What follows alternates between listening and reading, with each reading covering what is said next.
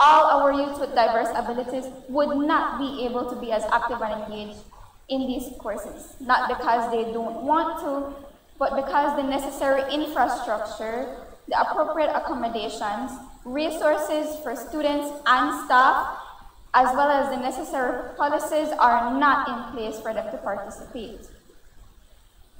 What about having properly built ramps, wheelchair accessible space, readable signs in Braille, and e-books, just to name a few examples? Also, would the certified trade instructors be able to teach these youths with diverse abilities? Today, I stand representing all our youths with diverse abilities in hopes of seeing a change for the betterment of our lives and for us to be included in every aspect of society. No doubt, everyone who tuned into the Youth Parliament on November 25th was floored by the impeccable presentation that Maria Cal made for and on behalf of her peers who are challenged by a diverse ability. While she was fluent in her delivery, speaking solely from her mind, Maria's points on inclusion of people with disabilities were so rationally persuasive that it compelled the Minister of Human Development to acknowledge the secondary school student at the sitting of the House on Monday. We were so extremely proud of Miss Maria Cal of Palotti High School, who is visually impaired herself. How she did us so proud at the Youth Parliament in standing up and speaking about this very issue of disability access and the importance that our country must give to it. When we visited with her at school today, Maria was humbled by the minister's recognition. Thank you to Minister Valderramos for her kind words and her compliments towards not only the Youth Parliament, but also my presentation that was made.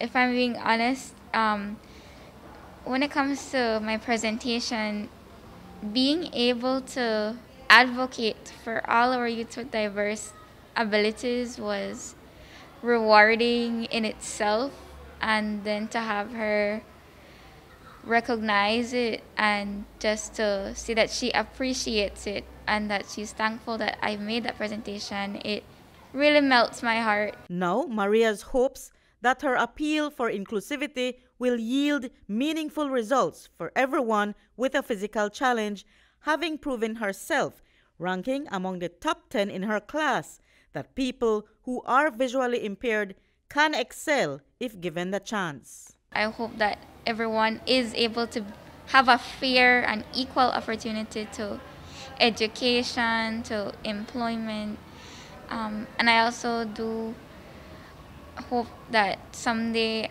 we are able to deal with the infrastructure of society so that the people with diverse ability can have more accessible spaces for them to move around independently. This is something that Minister Dolores Ballaramos Garcia knows only too well.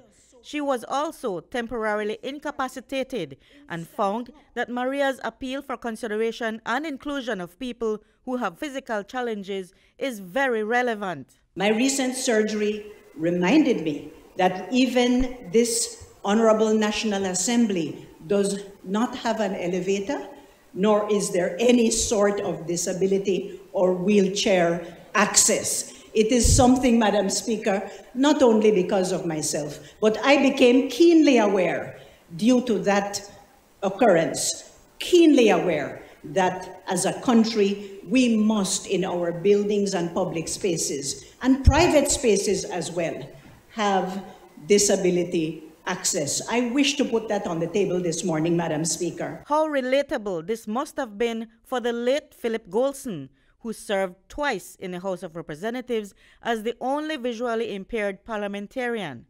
The campaign to have these considerations honored is something that Maria pushes for as she urges her peers with disabilities who also have dreams to strive for. You shouldn't let what you can't do or your diverse abilities stop you from what you can do and what you want to accomplish. Go towards your goal. it will happen and it can happen. Reporting for News 5, I'm Marion Ali.